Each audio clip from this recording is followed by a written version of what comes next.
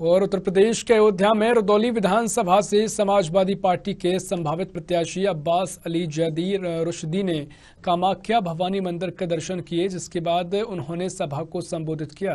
इस दौरान उन्होंने प्रदेश सरकार पर निशाना साधा और कहा कि 10 सालों में कोई विकास कार्य नहीं किया गया। जो भी विकास कार्य हुआ है वह सपा के कार्यकाल में हुआ। हमारे संवाददाता विनय मिश्रा ने सपा के संभावित उम्मीदवार अब्बास अली जैदी रुश्दी से खास बातचीत की। देखिए इस रिपोर्ट में। तो रुदौली विधानसभा के संभावित प्रत्याशी अब्बास अली जैदी रुश्दी मियां ने जो है यहाँ पे कामाख्या भवानी का दर्शन करके जो है आज प्रचार प्रसार भी शुरू कर रहे हैं। और हमारे साथ यहाँ पे अब्बास अली जैदी रुश्दी है, उनसे बात करते हैं। सर, आज आप प्रचार प्रसार भी शुरू कर रहे हैं। मैं ये कहूँगा कि हम लोग विगत 3 वर्षों से रात दिन इस विधानसभा क्षेत्र रुदौली में पार्टी का प्रचार प्रसार निरंतर तौर पे कर रहे हैं। औपचारिक तौर पर चुनावी प्रचार प्रसार हम लोगों ने आज माता जी का आशीर्वाद हमेशा की तरह हर चुनाव से पहले जो हम प्राप्त करते हैं वो प्राप्त किया है। इलाके के अपने तमाम बुजुर्गान दीन की दुआएं प्राप्त की हैं और हम लोग औपचारिक रूप से चुनावी प्रचार में अभी से हैं। वैसे प्रचार तो हम लोग 3 साल से कर रहे हैं। तो अभी जैसे टिकट भी नहीं घोषित हुआ है और लोगों में असमंजस की स्थिति है कि टिकट अभी घोषित भी नहीं हुआ, प्रचार प्रसार आखिर किसका किया? मैं समझ रहा हूँ कि पूरे क्षेत्र का भ्रमण करने के बाद कम से कम चुनाव को लेकर के कोई असमंजस की स्थिति जनता को नहीं है जिसको चुनना है। नहीं, टिकट को लेकर के किसी तरह की कोई असमंजस की स्थिति जनता में नहीं है। हम रुदौली के इंसाफ के लिए, रुदौली के हक और हुकूक के लिए और रुदौली के स्थायित्व के लिए और रुदौली के स्थानीय मुद्दों को लेकर के हम हर बाहरी से चुनाव लड़ने के लिए जनता के साथ तैयार हैं और पूरी जनता खड़ी है जो सहयोग करेगी। निश्चित तौर पर यहाँ पर हर हाल में रुदौली को अपना प्रतिनिधित्व मिलेगा।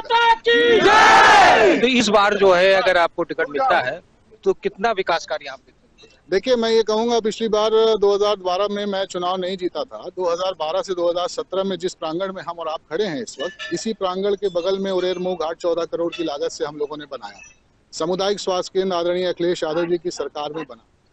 कन्याओं के लिए एक इंटर कॉलेज यहाँ पर बना। ITI की स्थापना हुई। तो मैं ये समझूंगा कि इसी क्षेत्र में ही नहीं, 2012 से 2017 के बीच में विधायक न रहते हुए भी 543 करोड़ की विकास परियोजनाएं इस विधानसभा क्षेत्र में हुई थी और उसी विकास को हम लोग आगे बढ़ाने का काम करेंगे और आगे ले जाने का काम करेंगे।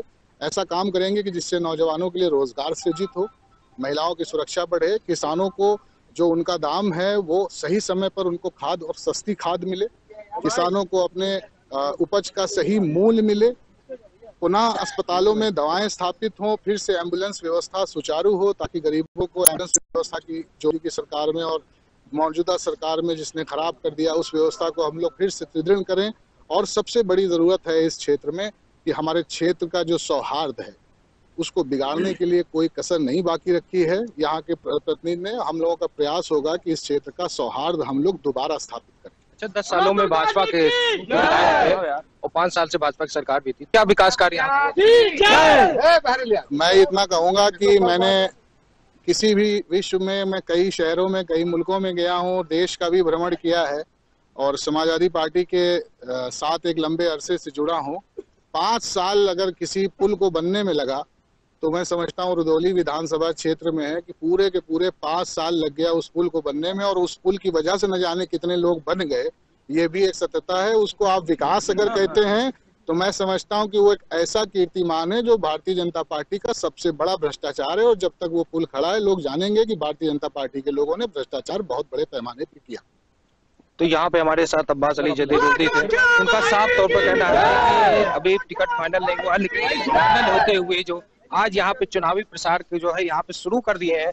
अब ये देखने वाला होगा टिकट अगर फाइनल होता है तो कितना विकास कार्य यहाँ पे देखने को मिलता है। सहयोगी रमेश पांडे के साथ विनय मिश्रा, साधना न्यूज, अयोध्या।